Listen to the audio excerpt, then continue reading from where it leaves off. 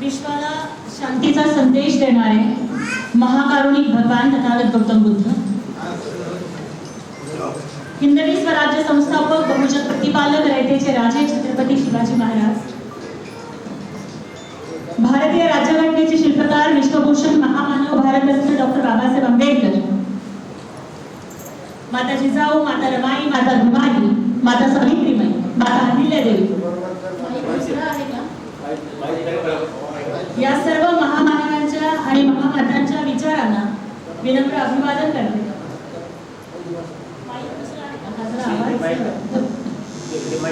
Hello,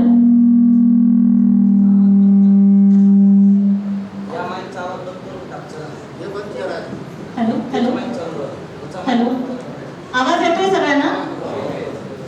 सर्व महामानवांच्या विचारांना, महामातांच्या त्यागाला विनम्र अभिवादन करते. आज या कार्यक्रमाला उपस्थित असणारे केवळ आपल्या पूर्ण नगरीची नव्हे, महाराष्ट्राची नव्हे, तर भारतामधल्या धम्म चळवळीची शान, पूजनीय भदंत डॉक्टर उपमुक्त महाथेरोजी, कार्याध्यक्ष अखिल भारतीय भिक्खू महासंघ, कार्यक्रमाच्या अध्यक्षा, पूर्णा नगर परिषदेच्या सदस्या रेखाताई खर्ग कराटे, आज ज्यांच्यामुळे मी आज पूर्णामध्ये ज्यांच्या निमंत्रणाला मान देऊन आले ते माझे बंधू, शिवसेनेचे जिल्हा प्रमुख माननीय विशालदादा कदम, माननीय सौभाग्यवती क्रांतीताई जाधव, माननीय मुकुंदरावजी भोळे, प्रकाशजी कांबळे साहेब, माननीय जनाबाई जोंधळे, माननीय उत्तमजी खंदारे साहेब, माननीय पद्मिनीताई एंगडे, माननीय वंदनाताई रणवीर, माननीय अर्चनाताई कांबळे, माननीय कौशल्याताई भोसले आणि माननीय राजनंदिनीजी पंडित आणि इथे उपस्थित सर्व धम्म बांधव, तसेच ॲडव्होकेट महेंद्रजी गायकवाड साहेब, सचिव बोधिसत्व डॉक्टर B.R. आंबेडकर स्मारक बुद्धविहार समिती पूर्णा, या सर्व माझ्या समाज बांधवांना आणि भगिनींना मानाचा जय भीम आणि वंदनीय भिक्खू संघाला वंदामी म्हणतेची. आज खरं तर मन खूप गहिवरून आलं, डोळ्यात पाणी येतंय, कारण सोलापूरच्या इतक्या लांब 200-300 किलोमीटरवर अंतरावरती राहणारी, एका गरीब घरात जन्माला आलेली, ज्या जातीची लोकसंख्या मायक्रो SC म्हणून खूप कमी आहे, अशा ठिकाणी जन्माला आलेली, पण ती फक्त आणि फक्त स्वतःला भीमराज की बेटी म्हणते म्हणून पूर्णा घेतला हा माझा समाज बांधव या लेकीचं कौतुक करण्यासाठी इथे जमलाय. आयुष्यभर मी तुमच्या प्रेमातून उतराई होऊ शकणार नाही आणि जिथे जिथे संघर्ष करायची वेळ येईल त्या त्या वेळेला मला तुमचं सगळ्यांचं प्रेम आठवतं. गावाचं नाव पूर्ण आहे, पण या बुद्धविहारात पाऊल ठेवलं तर खरंच मनाला पूर्णत्वाची अनुभूती लागली. मन खूप शांत झालं, मन खूप पवित्र अशा वातावरणात आल्यासारखं वाटलं आणि मला वाटतं की ही किमया तथागत भगवान गौतम बुद्धांच्या प्रज्ञाशील करुणेची आहे. बुद्ध, धम्म आणि संघ या त्रिरत्नांची आहे, आई अष्टांग मार्गाची आहे, 10 पारमितांची आहे, प्रत्येक समुत्पादाची आहे, बाबासाहेबांच्या संविधानाची आहे आणि आमच्या डॉक्टर उपमुक्त महाथेरोजींच्या तपस्येची सुद्धा आहे. मला आज महाथेरोजींकडे बघितल्यानंतर वाटतं की जसं आंब्याचं झाड फळं लागल्यानंतर अभिमानानं ताट होत नाही, पण झाडाला मधुर फळं लागल्यानंतर आणखी खाली झुकतं, तिथं विनयशीलतेनं परिपूर्ण झालेलं व्यक्तिमत्व हे मला पूजनीय भदंत डॉक्टर उपमुक्त महाथेरोजी यांच्या व्यक्तिमत्वामध्ये आज बघायला मिळालं. त्यांच्या दर्शनानं मी धन्य झाले आणि खरोखरच मनाला पावित्र्याची अनुभूती आहे. आज मला तुम्हाला सगळ्यांना एवढंच सांगायचं आहे की रुतबा मेरे सर को तेरे संविधान से मिला है. रुतबा मेरे सर को तेरे संविधान से मिला है, ये खासदार भी मुझे तेरे संविधान से मिला है.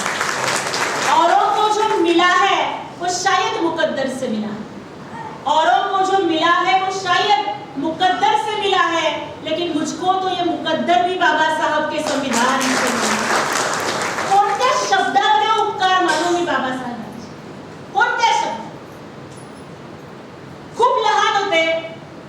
14 एप्रिल 1991 ला बाबासाहेबांची जन्मशताब्दी साजरी करायची होती आणि अडाणी असणारा माझा बाप दलित पंथाचा शाखा प्रमुख होता आणि 13 एप्रिलला बाबासाहेबांचं पानभर भाषण आणून त्यांनी माझ्या हातात दिलं. रात्रभर पाठ केलं भंतेजी आणि दुसऱ्या दिवशी पहिलं भाषण आयुष्यात मुंबईला केलं आणि तिथं पहिल्यांदा बोलले की बाबासाहेबांनी सांगितलं शिका, संघटित व्हा, संघर्ष करा. त्या भाषणात कळालं की बाबासाहेब म्हणायचे 100 दिवस शेळी बनून जगण्यापेक्षा 1 दिवस जगा पण वाघ बनून. त्या दिवसापासून वयाच्या 6व्या-7व्या वर्षापासून बाबासाहेब मनावर होते. त्या दिवसापासून चळवळीत काम केलं आणि हा संघर्ष एका लेकीचा संघर्ष, बाबासाहेबांच्या लेकीचा संघर्ष, जिच्या पायात चप्पल नव्हती, जिला अभ्यासाला पुस्तकं नव्हती, जिच्या घरात अभ्यास करताना लाईट नव्हती, जिला महापालिकेच्या दिव्याखाली बसून अभ्यास करावा लागला, जिला 10वी-12वीच्या फॉर्मची फी भरायला पैसे नव्हते, पण बाबासाहेबांच्या प्रेरणेनं 12वीच्या बोर्डात मागासवर्गीयात पहिली. अडाणी आई बाबाची पोर एमए इन इंग्लिश लिटरेचर केलं, पीएचडी इन इंग्लिश लिटरेचर केलं, नेट क्वालिफाईड, सेट क्वालिफाईड, यूजीसीने ज्युनियर रिसर्च फेलोशिप दिली. नंतर एकनाथजी शिंदे साहेबांच्या नेतृत्वाखाली शिवसेनेत प्रवेश करायचा होता. साहेब मुख्यमंत्री होते आणि मला त्यांच्याशी थेट बोलता आलं. मी साहेबांना म्हटलं की साहेब तुमच्याबद्दल आदर आहे पण शिवसेना हिंदुत्ववादी पक्ष आहे आणि मी तर जय भीम म्हणल्याशिवाय जगू शकत नाही. म्हणलं की चळवळीतली पोरगी आहे, मला फुले शाहू आंबेडकर सोडून कामच करता येणार नाही. तेव्हा मला एकनाथ शिंदे साहेबांनी सांगितलं की ताई तुम्हाला सोडा कोण म्हणतंय हो, बाबासाहेब घेऊन तुम्हाला शिवसेना. दसरा मेळाव्यात भाषणाची संधी दिली, वर्धापन दिनी भाषणाची संधी दिली, जाहीर भाषणावर लाखोंच्या स्टेज समोर सांगितलं की माझी ओळख काय तर भीमराज की बेटी में जय भीम मानली. अनेक लोकांनी त्यानंतर सांगितलं, भेटून फोन करून म्हणाले ताई राजकारणात स्वतःची जात एवढ्या जाहीरपणे सांगायची नसते, अडचणीच होते. शिवसेना हिंदुत्ववादी पक्ष, पण ज्या दिवसापासून सांगितलं की भीमराज की बेटी में जय भीम वाली हूं, माझ्या शिवसैनिकांनी आणि माझे एकनाथ शिंदे साहेबांनी मला जास्त सन्मान दिला, जास्त संधी दिली आणि राज्यसभेवर खासदार बनवून पाठवलं. ते कुठला एका ज्योती वाघमारेला खासदार बनायचं म्हणून नाही, कुठला एका ज्योती वाघमारेचा सन्मान करायचा म्हणून नाही, तर बाबासाहेबांच्या चळवळीच्या लेकीचा सन्मान करायचा म्हणून मला राज्यसभेत पाठवलं. आणि त्यामुळेच आज सुद्धा माझं राज्यसभेतलं पहिलं अधिवेशन झालं. शपथविधीला जेव्हा मी गेले, आपण बघितला असेल माझा शपथविधी. मी कुठली बनारसी साडी घालून गेले नव्हते, मी कुठली पैठणी घालून गेले नव्हते, मी बाकीच्या नेत्यांसारखी कडक खादीची स्टारची साडी घालून गेले नव्हते. जी साडी माझी रमाई, माझी सावित्रीमाई घालायची तशी इरकलची साधी साडी घालून कपाळावरती सावित्रीमाई सारखं आडवं कुंकू नेसून सावित्रीमाईंच्या वेशात राज्यसभेची शपथ घेणारी मी देशातली पहिली. मला माहिती होतं की शपथ घेताना कुठल्याही महामानवाचं नाव घेता येत नाही, पण ठरवलं होतं दुसऱ्यांदा शपथ घ्यावी लागली तरी चालेल. पण छत्रपती शिवाजी महाराजांचं, महात्मा फुल्यांचं, सावित्रीबाईंचं, बाबासाहेबांचं नाव घेऊन अभिवादन करून राज्यसभेत शपथ घेतली. पहिलं अधिवेशन, पावसाळी अधिवेशन संपून इथे आले, 5 विलांच्या वरती बोलले आणि माझ्या प्रत्येक भाषणाचा राज्यसभेतला सुद्धा शेवट हा जय शिवराय आणि जय भीमनेच केलाय.